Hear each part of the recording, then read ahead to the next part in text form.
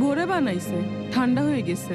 ও, ঠান্ডা হয়ে গেছে না? অভিনেত্রী তানিন সুভার মৃত্যুর পর 1 মাস আগে তার কালো জাদু নিয়ে পোস্ট দেয়া বিষয়ে ফেসবুকে তুমুল আলোচনার মধ্যেই এবার আরেক অভিনেত্রী মিষ্টি জান্নাতও মুখ খুলেছেন। ফেসবুকে তিনি দাবি করেছেন তাকেও কালো জাদু করা হয়েছিল এবং তিনি 22 দিন আইসিইউতে ছিলেন। মিষ্টি লিখেন, আমাকে 2017 সালে কালা জাদু করা হয়েছিল। আমি জানি এটার ভয়াবহতা। আমি কলকাতার একটা হসপিটালে আইসিইউতে ছিলাম 22 দিন। আমার সমস্ত শরীরে পানি জমেছিল। তখন আমার মিডিয়াতে টপ হাইপ ছিল, একের পর এক সিনেমা ছিল। তারপর থেকে আমি সব কাজ কমিয়ে দিয়েছি।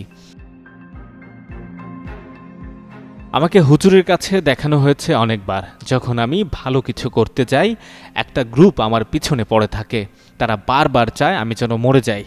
এখন চাচ্ছে বিভিন্ন মানুষ দিয়ে বাজে কমেন্ট, নিউজ করিয়ে আমাকে মানসিকভাবে আঘাত করে সুইসাইড করাতে।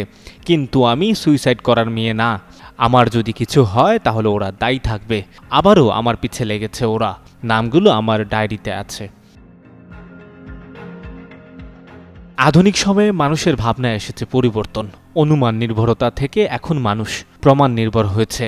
কিন্তু এই সময়ে এক অভিনেত্রীর মৃত্যু আবার আরেক অভিনেত্রীর আক্রান্ত হওয়ার খবর আসলে কি ইঙ্গিত দিচ্ছে? কালো জাদু বলতে সত্যি কি কিছু আছে তা সাইকিক্যাল গবেষকরাই ভালো বলতে পারবেন। সঞ্জয় দত্ত, যুগান্তর নিউজ।